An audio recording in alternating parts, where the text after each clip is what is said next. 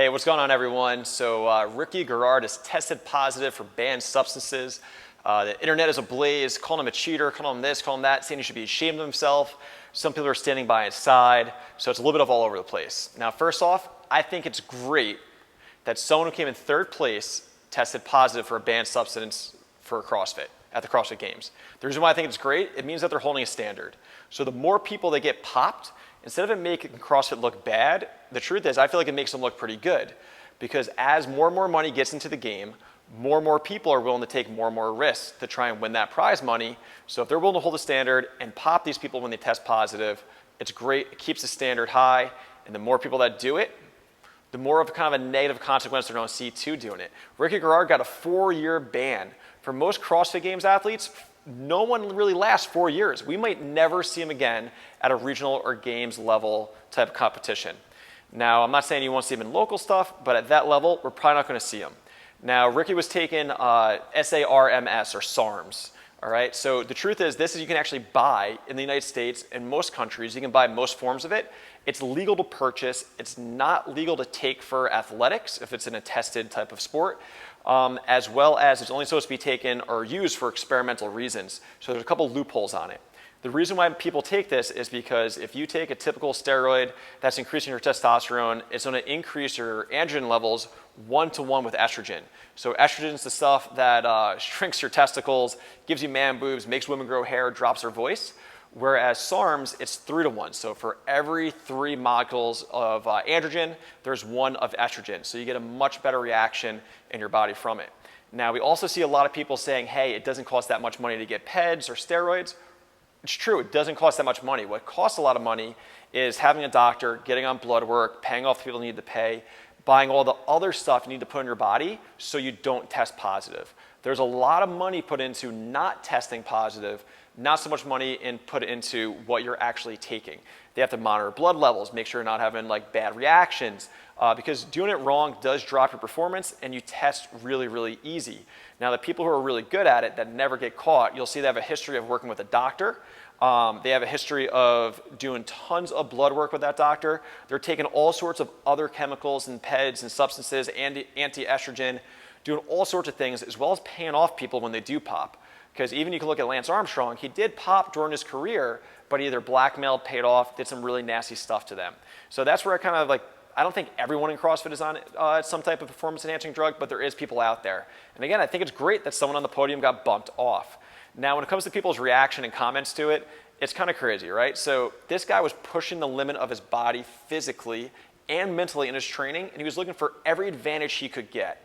Now, the only difference between going into like cryo chambers, there's those tanks that change the oxygen level, so you're breathing in pure oxygen only, 100% oxygen. All those things is that helps your performance because it helps your recovery.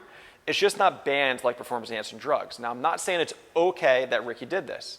Supposedly, he did the research to find out that, hey, he was okay. He wasn't. Somehow, he passed the regional test. Now, it took so long after the games because they took one sample, tested it, and then when they found something, they send it for more testing. Now, there's also some questions on who does the testing. Drug Free Sport, it's a corporation that comes in, takes the samples, they send it directly to the World Anti-Doping Association.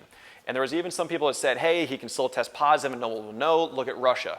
What happens in Russia is they test, it goes to a private organization that's run by the Russian government, because the Russian government runs almost everything.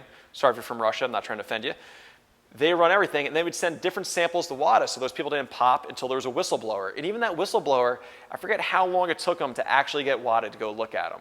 So it's a little different in the United States. People pop a lot more because it goes directly to USADA or WADA. The results don't go to a private corporation, money changes hands, and they kind of hide stuff.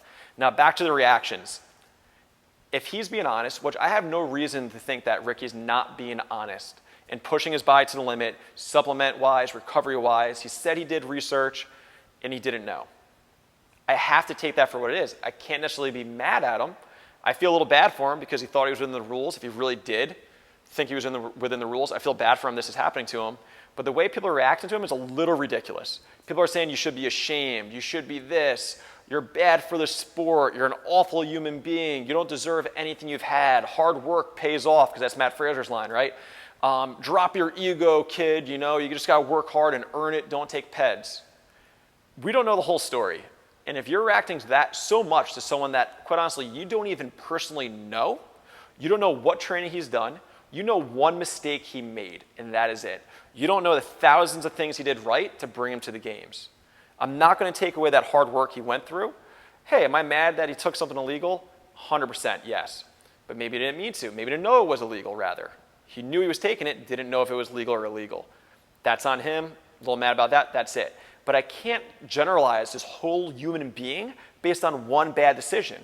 If anything, if you react that way to this and you're able to post it online for everyone to see, it tells a lot about yourself and where you're at and how much you blame other people for not being where you want to be. That's usually what we see. People aren't happy with themselves, like to blame other people and target people and pull them down.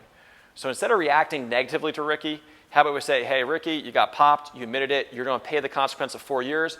CrossFit, way to go. You popped a lot of people this year. There's a good amount, way more than the year before because that money went up. Things are getting better. The system is doing what it's supposed to do. Awesome, great. Thank you, CrossFit. Thank you, Ricky, for not blaming everyone else underneath the sun. You accepted it. Let's move on. Let's make CrossFit better. I'd love to hear what you think. Maybe you're one of those people that commented negatively. I'd love to hear why you commented negatively to him because that's not really going to change his life. Let me know. Talk to you guys soon.